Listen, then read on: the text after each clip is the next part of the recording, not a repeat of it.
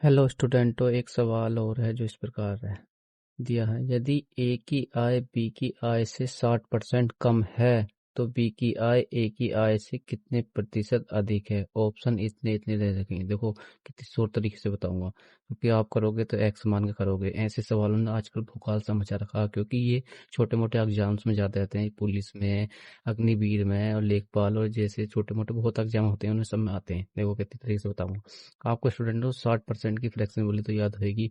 20% कितना होता है, 1/5, और उसका कितना है 3 गुना। तो 3 गुना हो गया कितना, 1/5। क्या दे रखा, कम है।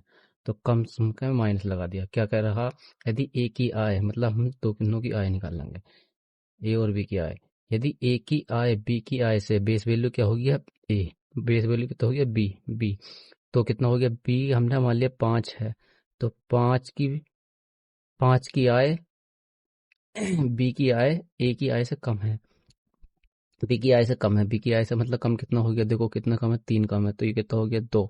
इनका रेशियो ले लिया, ये हो गया। अब क्या कह रखा है बी, तो बी की आय ए की आय से, अब कितना बेस वैल्यू कितना हो गया ए हो गया।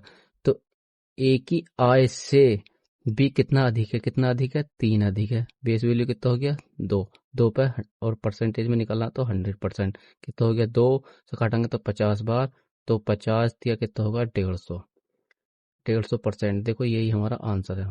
कितनी शॉर्ट तरीके से बताया। ऑप्शन नंबर कौन सा हो गया बी।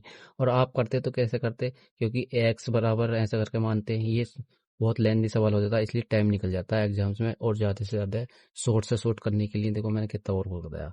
बाकी आपकी इच्छा है, आप कैसे करते। Thank you student.